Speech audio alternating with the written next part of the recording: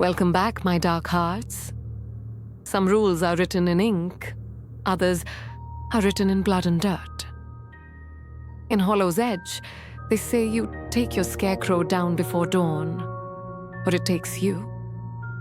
Simple enough, isn't it? But some men work too late, drink too much, or sleep a little too soundly. And when the sun comes up, something else does too. So stay awake, my loves, because tonight's story is about a man who forgot the oldest rule of all. Never let the Scarecrow see the sunrise. This one's called Bound to the Post. Have you ever wondered what secrets lie buried in the soil, waiting for a single mistake to claw their way into the light?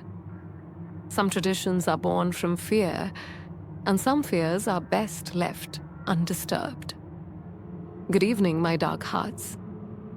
Settle in, and let me tell you a story from a place tucked away in the folds of forgotten maps. A small farming town called Hollow's Edge. Here, the harvest is governed by a rule as old as the dirt itself. A pact whispered from one generation to the next. Every autumn, when the moon hangs low and bleeds crimson onto the fields, the Scarecrow must be raised at dusk to guard the crops.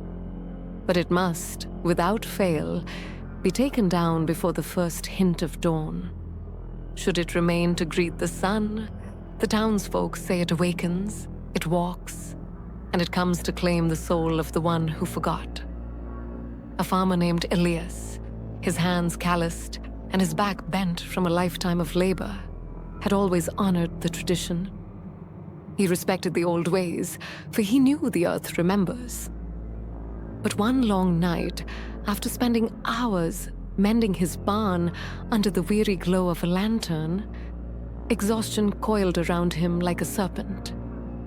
He stumbled into his home, the scent of hay and sweat clinging to him, and fell into a deep, dreamless sleep, the Scarecrow still standing sentinel in the field. As he slept, a change crept over the land. The wind, once a gentle sigh, began to howl, carrying with it a sound that did not belong, the dry, dragging whisper of straw moving through the soil. Out in the cornfield, the wooden post that held the Scarecrow groaned, as if under great strain. Something shifted in the pale moonlight. A shape detached itself from the crossbeam, its movements slow, deliberate, and dreadfully wrong. It shuffled through the tall rows of corn, a patient, unnatural gait that promised a long overdue visit. Inside a farmhouse, the embers in the hearth faded to black, starved of air. A chill, heavy and damp, seeped through the floorboards. With a soft click, the front door eased open, inviting the night inside. Elias awoke, not to the crowing of the rooster, but to a profound and unsettling silence. The fire was dead, and the room was unnervingly cold.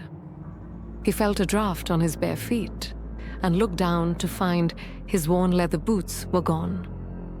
In their place, a trail of muddy footprints led from the heart of his home toward the open door, pointing the way to the waiting field. He grabbed his oil lantern, his heart a frantic drum against his ribs, and stepped into the pre-dawn gloom. Out in the distance, silhouetted against the dying night, two figures stood where there should have been only one. With trembling hands, he walked towards a familiar post in the center of his field. As the lantern's golden light cut through the fog, the impossible truth crashed over him.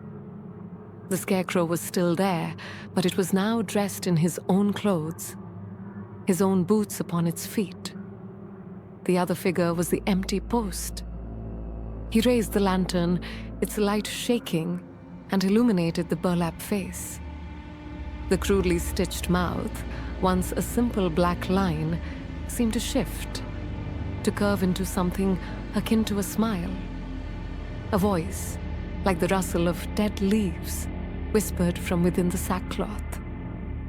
You left me to see the sun. The lantern slipped from Elias's numb fingers, shattering against the parched earth. Oil and flame met. Dry stalks caught, and fire crawled eagerly through the corn, a hungry orange beast consuming everything in its path.